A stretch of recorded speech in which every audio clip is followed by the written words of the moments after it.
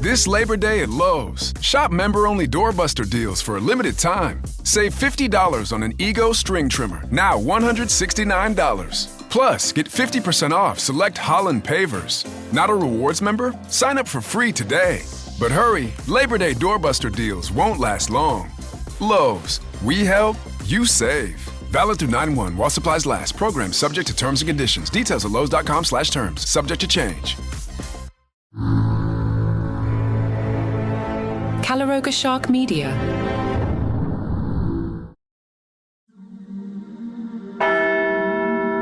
On January 28, 814, the great Charlemagne died at his palace in Aachen after 46 years as King of the Franks and 14 years as Holy Roman Emperor. The news of his death spread quickly across Europe, carried by messengers to distant corners of an empire that stretched from the Atlantic Ocean to the Danube River, from the North Sea to central Italy. In Rome, Pope Leo III received the news with profound concern. The emperor who had protected him from assassination, restored him to power, and received the imperial crown from his hands, was gone. In his place sat Louis the Pious, Charlemagne's sole surviving son, a devoutly religious but politically inexperienced ruler who faced the enormous challenge of governing an empire built by his legendary father. This is White Smoke, Episode 26. The Price of Power. For Leo, Charlemagne's death represented both opportunity and danger. The papal-imperial coronation of 800 had established the principle that emperors derived their authority from papal blessing. Yet this same precedent had created expectations of imperial protection and involvement in papal affairs that could prove as threatening as they were beneficial.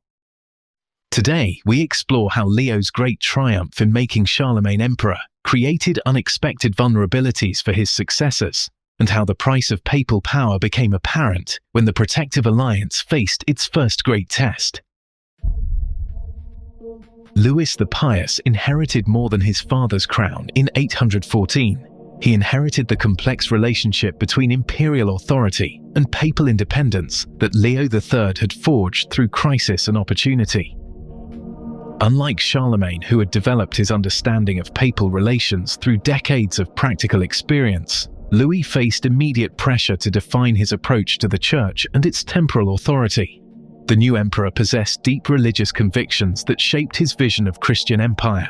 Where his father had been primarily a warrior king who used religious sanction to legitimize military conquest, Louis conceived of himself as a Christian ruler responsible for the spiritual as well as temporal welfare of his subjects. This theological approach to imperial authority would fundamentally alter the delicate balance Leo had established. Louis the Pious brought a different conception of imperial authority to his relationship with the papacy, explains Dr. Thomas Noble, Professor Emeritus of History at the University of Notre Dame. His understanding of Christian empire was more systematized and ideological than his father's practical approach. This created both opportunities and constraints for papal independence that Leo had not anticipated. Louis's first major decision regarding papal relations revealed these new dynamics. Rather than simply inheriting the papal alliance as his father had practiced it, Louis insisted on formalizing and defining the relationship through written agreements that specified mutual obligations and limitations. This legalistic approach reflected his training in Frankish law and his desire to create systematic governance structures throughout his empire.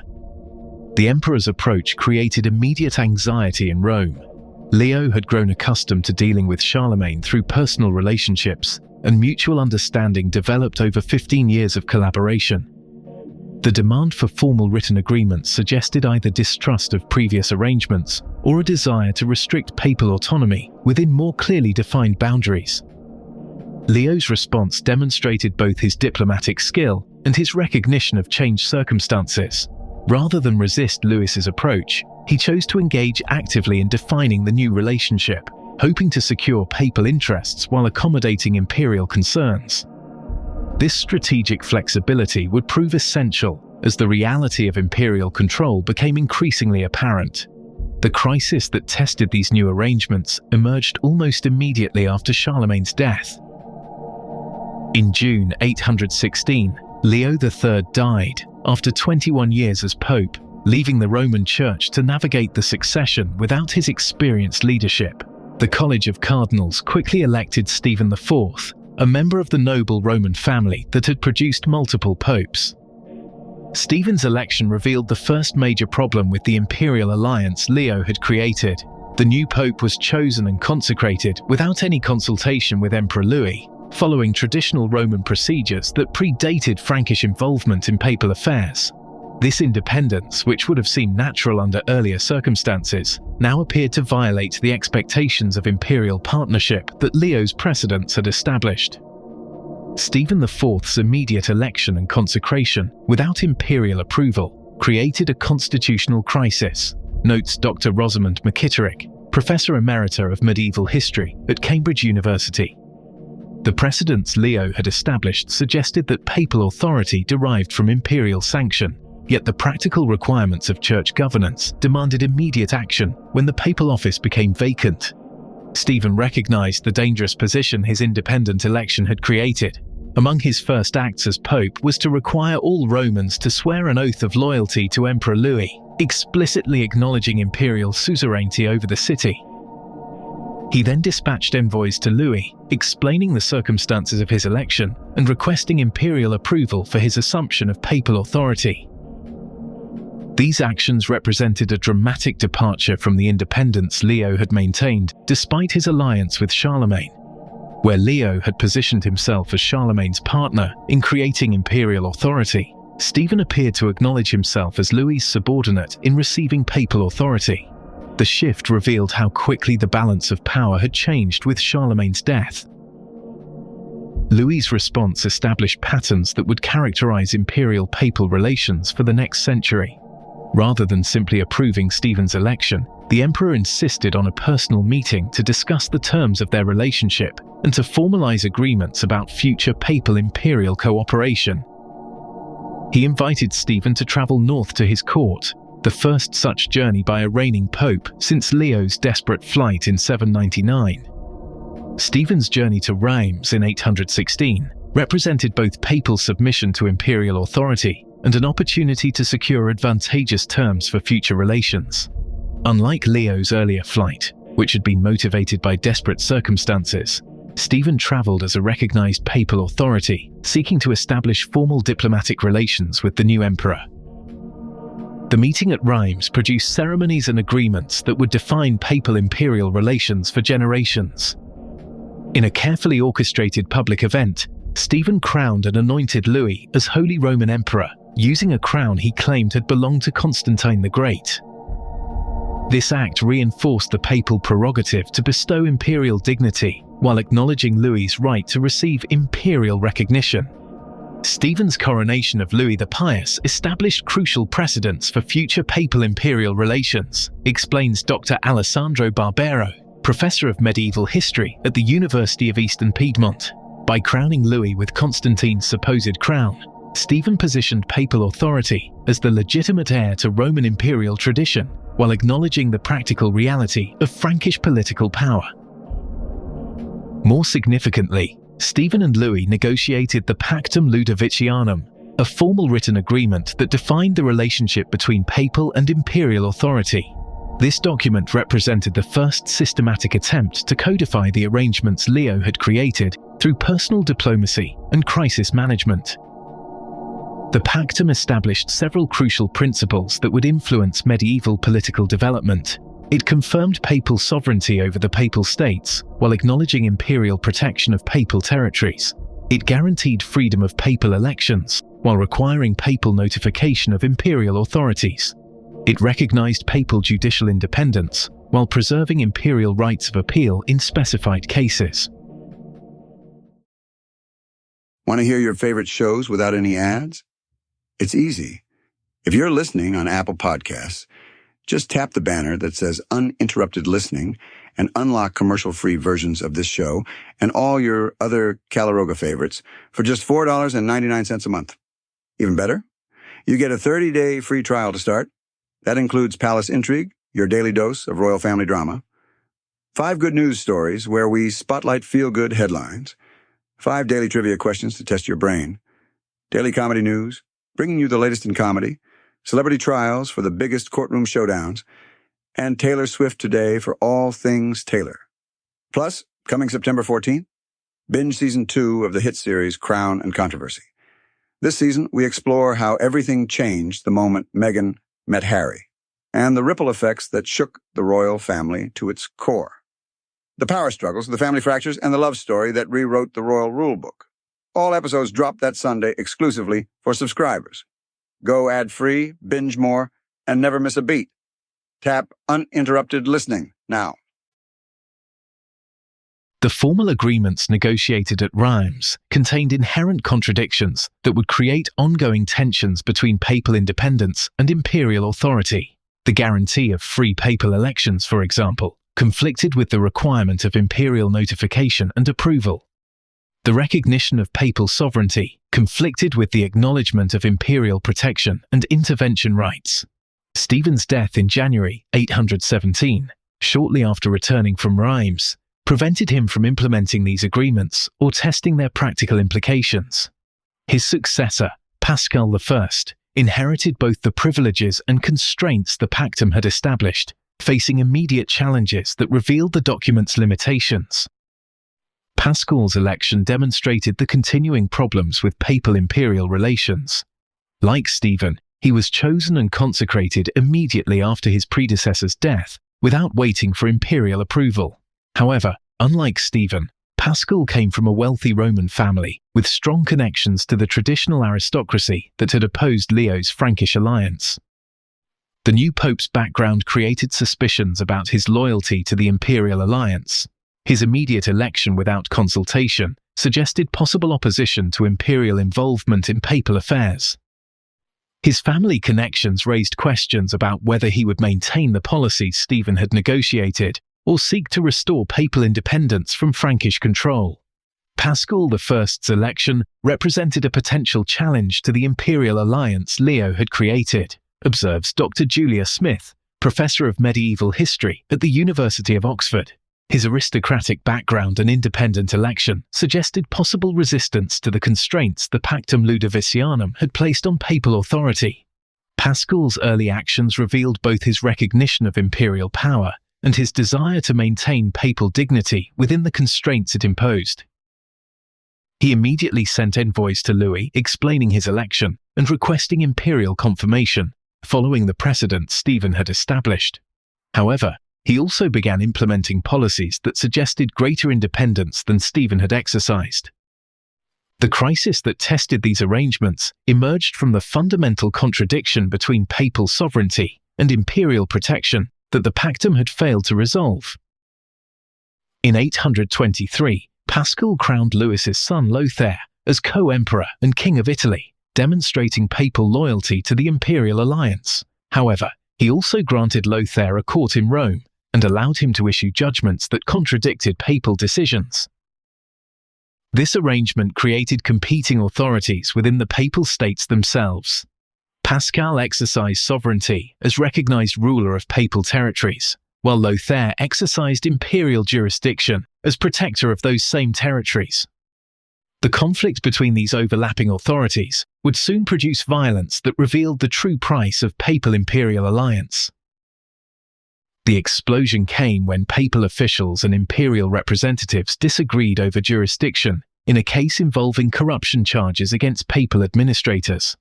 Lothair's court declared papal officials guilty and demanded their punishment, while Pascal's court declared them innocent and refused to impose penalties. The dispute escalated when imperial supporters threatened to appeal directly to Louis, effectively bypassing papal authority in papal territories. Pascal's response demonstrated how thoroughly the imperial alliance had compromised papal independence. Rather than assert his sovereignty over his own territories, he ordered the arrest of the imperial supporters who had threatened the appeal. However, instead of public trial and formal punishment, papal household officials seized the accused men, blinded them, and executed them in secret. The executions ordered during Pascal's reign revealed the extent to which imperial alliance had undermined traditional papal authority, explains Dr. Noble. Instead of exercising open judicial authority over his own territories, Paschal resorted to secret violence that suggested both weakness and guilt. The imperial alliance had not strengthened papal power, but had instead corrupted it.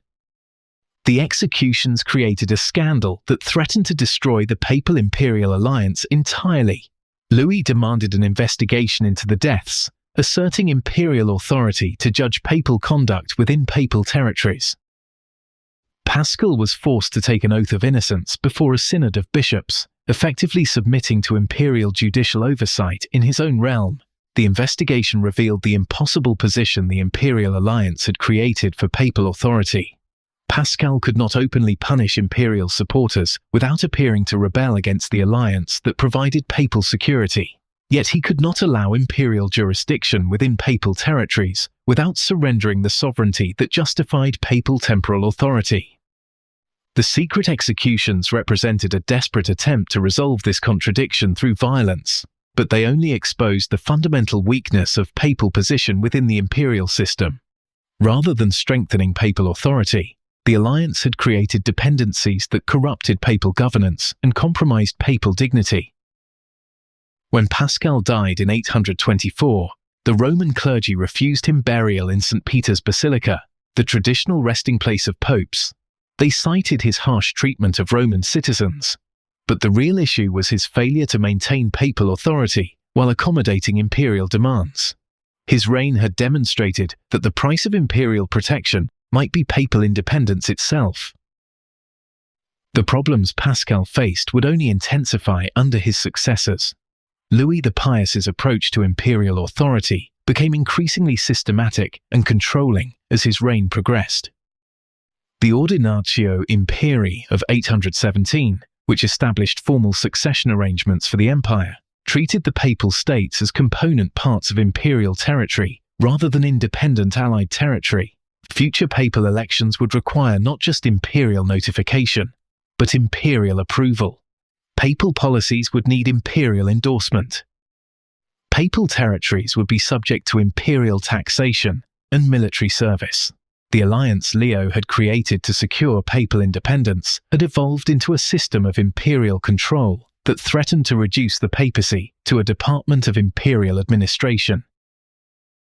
The evolution of papal-imperial relations under Louis the Pious revealed the inherent contradictions in Leo's alliance strategy, observes Professor McKitterick. What had begun as a partnership between equals gradually became a relationship between superior and subordinate, as imperial authority systematized its control over all aspects of governance within imperial territories. Yet the imperial system that constrained papal authority also provided protection and resources that enabled papal activities impossible under purely independent circumstances. Paschal's extensive building projects in Rome, including the reconstruction of major basilicas and the creation of magnificent mosaics, were funded through imperial subsidies and donations that exceeded anything available from purely Roman sources. The papal missionary activities that continued expanding Christianity throughout Northern Europe depended on imperial military protection and administrative support. The papal role in coronating emperors and legitimizing imperial authority provided influence over European political development that transcended the boundaries of papal territories. The imperial alliance had not simply constrained papal authority, it had transformed the nature of papal power itself. Where earlier popes had exercised primarily spiritual authority over Christian communities, the imperial popes exercised political authority over territorial states and influenced the governance of entire civilizations. This transformation came with costs that would become increasingly apparent as imperial control tightened and papal independence diminished. The price of power, as Leo's successors discovered, was the constant threat of losing the independence that made papal authority meaningful in the first place.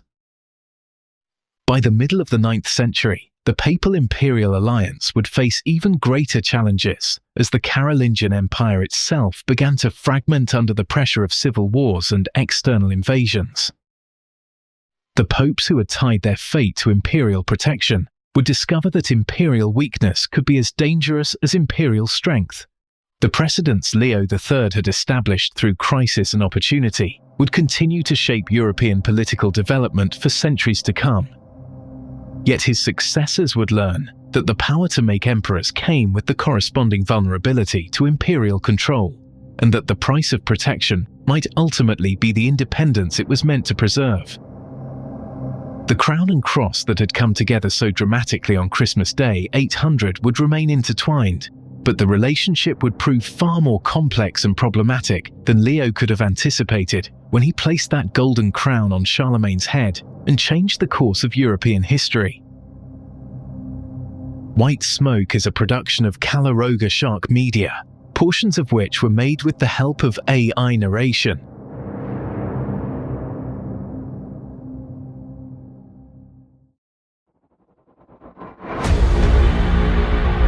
You can call me James. I spent 23 years designing aircraft that officially don't exist for agencies you think TV made up. Until I started asking the wrong questions. Navy ships are recording objects moving at impossible speeds. Infrastructure is failing in coordinated patterns. The moon looks smaller than it did 10 years ago. None of this is a coincidence. The official explanations don't add up. This is Paranormal Aliens, where we connect the dots they don't want connected. If you're hearing this, you know where to get podcasts. Follow Paranormal Aliens. New episodes weekly until they shut me down.